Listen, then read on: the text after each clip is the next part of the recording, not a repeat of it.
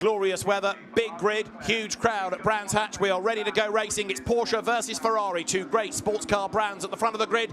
Lights go green, we go racing. Danny Juncker is on his toes, look to try to go around the outside of the Ferrari on the way down towards Paddock. He can't do it. It is going to be Ricardo Feller who leads. Arthur Leclerc goes second. Juncker is third as they climb uphill, dropping back a place. Mathis Nismo in the BMW, and he's having to go defensive. They've all rounded Paddock successfully. Can they all get through Druids? You're on board with Valentino Rossi. It's very, very crowded ahead of him. So far, so good, although you've got Lucas Auer bouncing over the curb. Spinner in the background. I think that's Mattia Michelotto's Lamborghini that has gone around. It is, but look at Ricardo Feller. He's already about 3 lengths clear. Great start from the Porsche. Absolutely. He seemed to be a little bit slower away than Juncadella behind, but Juncadella got boxed in and couldn't go anywhere, as is the nature of Paddock Hill. It's relatively tight, and he had to be a little bit careful, but you see him right up behind the back of Arthur Leclerc's car, and as you say, Feller's got that jump straight away, so if he can just get his head down and let the others fight it out, then hopefully for him anyway, he can start to just move away into the lead and secure this race from an early stage. So Ricardo Feller leads then, and as the cars make their way up towards Sterling's for the first time, we're looking at Arthur Leclerc second. It is Danny Juncker in third place. Mathis Nismo is fourth. Good battle going on between Aurelian Paddington. Then there's drama. Robin Knudsen's Porsche hard into the barrier. It bounces into the air. It's going to be in the gravel at Sterling's. That, I fear, is going to be a safety car to get that out of the way as the cars drop now down towards Clearways. On board with Dean McDonald. You're looking at Yacht Rapponge going around the outside. Safety car is indeed called. Bad news for Feller, but that, I'm afraid, is another hugely disappointing result for the Boutsen VDS team, because the Porsche fired off the road. Robin Knudsen on the opening lap at Paul Ricard was in the wall. On the opening lap at Brands Hatch, he's in the wall. Yeah, not the best of launches, but he claimed that inside line for Paddock, didn't he? Absolutely. He's on the safer inside line. He's able to hook up the grip, drive through the corner. Arthur Leclerc there on his outside doesn't really want to commit fully around the outside, which I don't blame him. And then you've got Juncadella there, nicely placed behind. But Ricardo Feller here, he seems to get through Druids very well while the others are squabbling, and gets to drive down the hill, and already starting to pull a gap.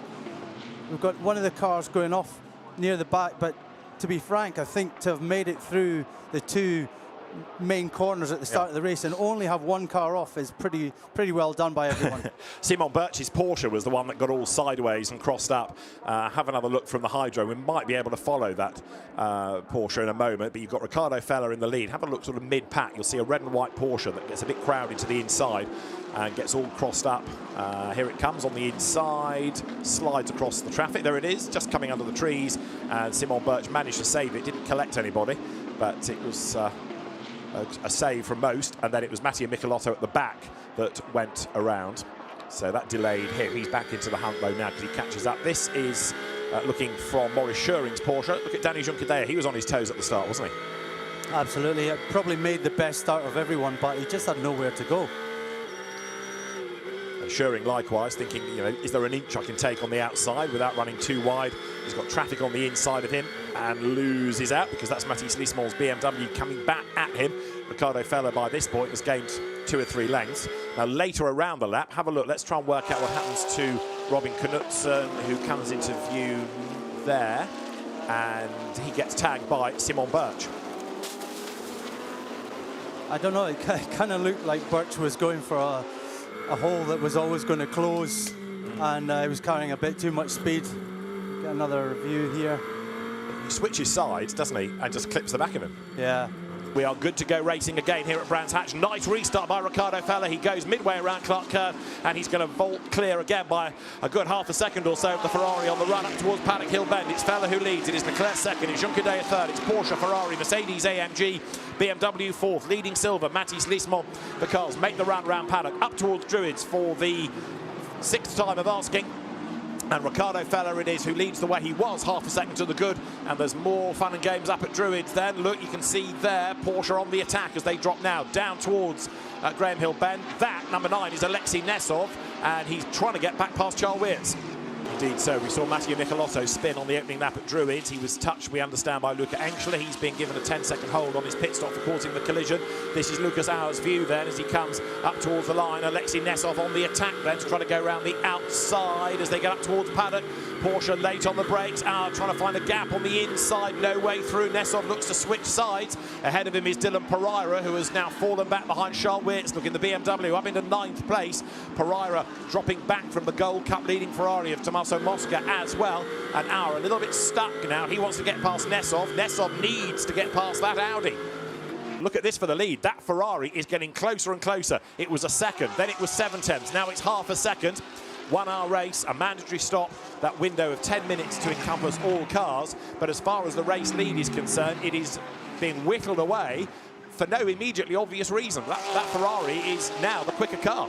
The thing is, this is the first time we've seen all weekend the race pace of the car over a stint. It could be that 10 kilos has just made that small difference. What it would tend to do is make it just fraction the Porsche fractionally slower at the corners. It would fractionally use the tyre a little bit more, and the Ferrari just seems to be a really well-balanced car right now. The race is starting to come to Leclerc. Yeah. Fella still in control though, and it's all down to the pit work that's going to take place in about the next 5 minutes or so. That's Loris Cabarrou getting it wrong, but Westfield just clipped the curb on the inside, bounces wide. Leclerc fancies his chances of being the race leader before the pit stops. So this is now putting pressure on Fella. It's putting pressure on Lion Speed to deliver in the pit lane as well. And what this actually will do now is bring Juncadella back in. So look, he's closed down to 1.9 now. 1.9 now. He was 2.5 just a lap ago. So the front two cars are starting to squabble, and Juncadella's coming back into this race. Simon Birch still with the fastest lap of the race to his name, but no playmates. And Fella to Leclerc. 7/10 last time, but look now, Danny Juncadella, who is virtually on the tail of the Ferrari. When they went over the line, Juncadella was 1 second back. It's going to be fractions of a second this time, and Fella, in contrast, is getting away again.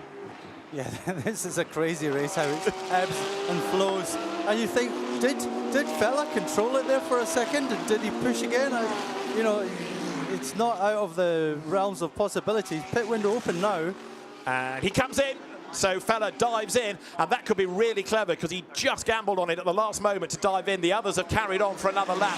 So Ricardo Fella is first into the pit lane.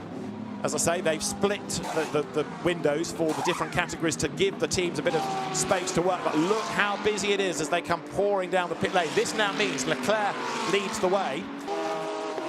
By the who's Fella's co-driver? Bastien Bus. Bastien Bus. So yeah, this is going to be very interesting. In the next couple of laps, we'll see how this plays out.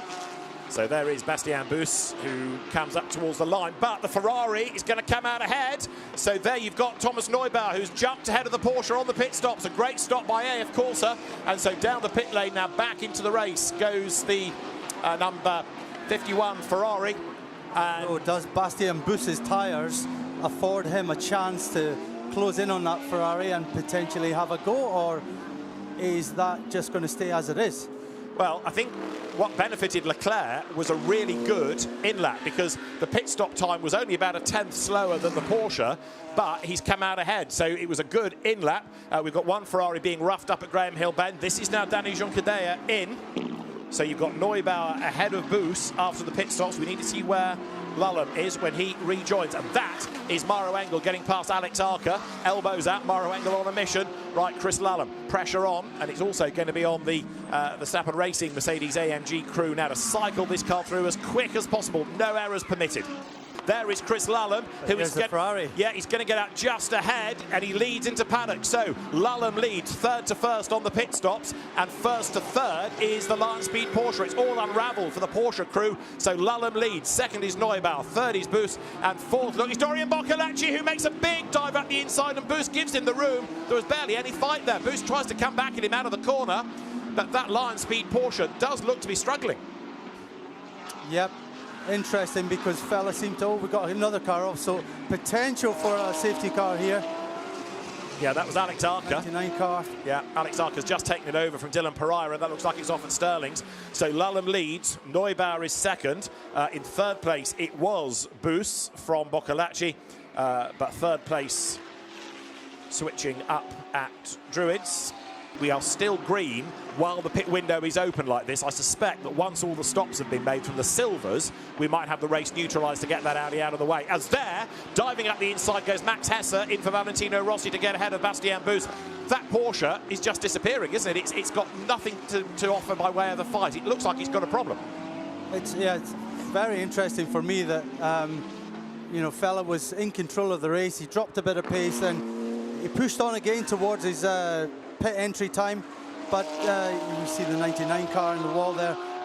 But yeah, it's so bizarre that Bus isn't able to keep that pace up with that car, and has been passed twice on track by 2 other cars.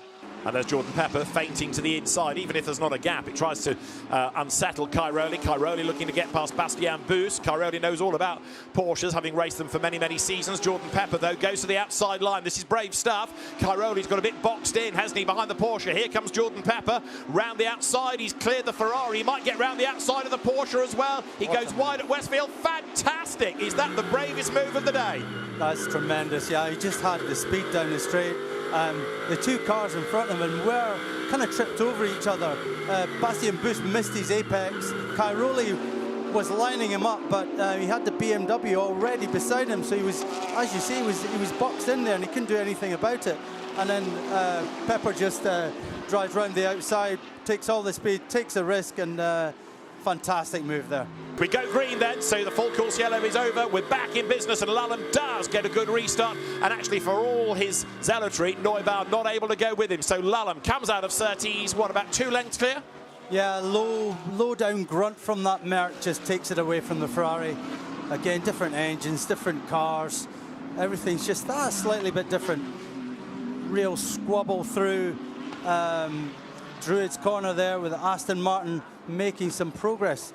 So we had Aston's at the back, so where are they now? Well, that was Arthur Dorison in 20th, but Kobe Powell's in the Nicky team car is 13th. He's had a really good run. Massive run up the grid. From 30-something on the grid, yeah. And we're hearing it's a steering issue as David Pittard gets run out wide onto the grass, and he picks up the sponsor's hoarding that's going to make the car overheat. So David Pittard was 23rd. He might be bound for the pit lane. We understand it's a steering issue for the number 80 Porsche. That's why it was losing pace. That's why it's in the pit lane. So big dramas. Odd to work out where that might have come from. It's not been like a curb strike or any contact, but anyway, steering is what we're hearing from the pit lane. So Lullen leads the way. It was 6/10 when they went over the line. Neubauer is second, Boccolacci third, Kelvin van der Linde fourth. Now, how about this? The BMW number 32 started 12th on the grid, and it's up into 4th place now. Who are also having their squabble, so it's interesting from this position. It's interesting for us. For them, it's a nightmare. Yeah, exactly. And you can see the net result of those few corners is that Zagazzetta pulls away by just over half a second as you look down from the drone at paddock. Another great shot showing Brands Hatch looking absolutely fantastic this weekend up towards Druids, the white line there, the other side of which is the motorbike racing penalty line. If you get a penalty, you steer around that to take a longer lap, like a joker lap, down through Graham Hill Bend along Cooper Straight. And there, hovering over James Kells, 15th place McLaren, which in turn is under attack because there's a big dive there by Marvin Kirchhofer. What a move that was. Yeah, fantastic move. Again, Kirchhofer, very experienced driver, very fast. He just took advantage there and was able to scythe his way through. He's got it under control. He's got that gap, so he can just take it easy and just drive it home. But car 3, a pit stop infringement noted. Now, something has happened in the pits for this car, the leading car. Here's the replay. Have a look at the back. The car leaves and a mechanic was still running around the back, not over the white line behind which the mechanics need to be. That's where tiny little errors can cost you a win. Well, yeah, I think that's written into the rules. There are bits of the Brands Hatch Grand Prix circuit that might be a bit like the Nordschleife, so he's going well on a similar sort of circuit. Good battle on here as well. That's Christopher Haas's Audi trying to get itself up the order. That was the car that started on the back row of the grid. He tries to make a move against Arthur Dorison. There's a good battle going on ahead. That was brave stuff, wasn't it? The Valkenhorst car of Mattia Villagomez round the outside of Anthony Barto. Who says you can't overtake at Brands Hatch? 5-second penalty. So it's but the car is 4.4 seconds ahead. Chris Lullen could yet win this even with the penalty. He has got to drive 2 more laps as qualifying laps. We've got 2 minutes to go as he comes up over the line. There will be 2 more laps out of this, and Neubauer may not yet. 4.8. Yeah, he's not going to stay in touch, is he? So Lulham is still going to overcome the penalty. He still could be on for the race win as they go through Paddock Hill Bend. 4.8 seconds effectively now is that margin. Neubauer will get the message. Push, push, push. Even if you're within 1,000th of that 5-second margin, you'll inherit the win. So Neubauer now, not that he's not trying anyway, needs to get away somehow from Boccolacci. Neubauer is maybe struggling slightly, and we've got the Ferrari, the Porsche of Boccolacci right behind him, and as you say, Kelvin van der Linde closing right up on them. So it's not over for position 2, 3 and 4 yet. Absolutely. Can we go back in time and edit out the bit where we wondered whether this car was struggling for pace early on, because it did drop a long way back, didn't it, in the first part of the first stint from the top two, but now it is very much a rapid car. Mauro Engel's Mercedes AMG has taken the fastest lap of the race, but Chris Lulham here has done the absolute best middle sector on the last lap of the race. He is leaving nothing to chance, leaving nothing on the table. It's going to be a win for Verstappen Racing. It is going to be a first outright win for Chris Lulham. Chris Lulham and Danny Juncadella win race 1 of Sprint Cup for 2026. A delighted team. The Mercedes AMG team Verstappen Racing celebrate a first win. Thomas Neubauer is second for Ferrari. Dorian Boccolacci third for Boots VDS and Porsche. Kelvin van der Linde fourth. Max Hesse fifth. Ignacio Montenegro is going to win in silver. Sixth overall, Jordan Pepper is going to be seventh. Matteo Cairoli eighth. Mauro Engel is ninth. Alex Malikin's Porsche should be 10th. And for gold, Matthias Zagazzetta is going to hang on to take the class win and 11th place overall. A really excellent job there. Thomas Neubauer has come up on the timing screen as the race winner, and Chris Lulham has been put to 15th place.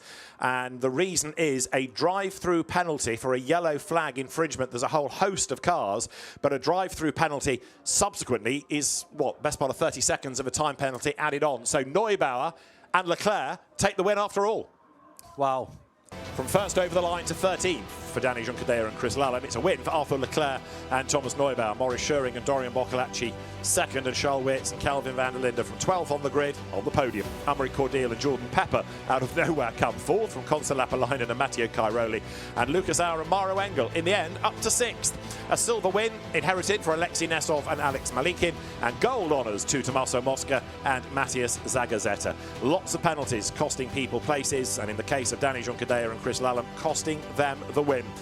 Very dramatic a race, both on track and in the stewards' room.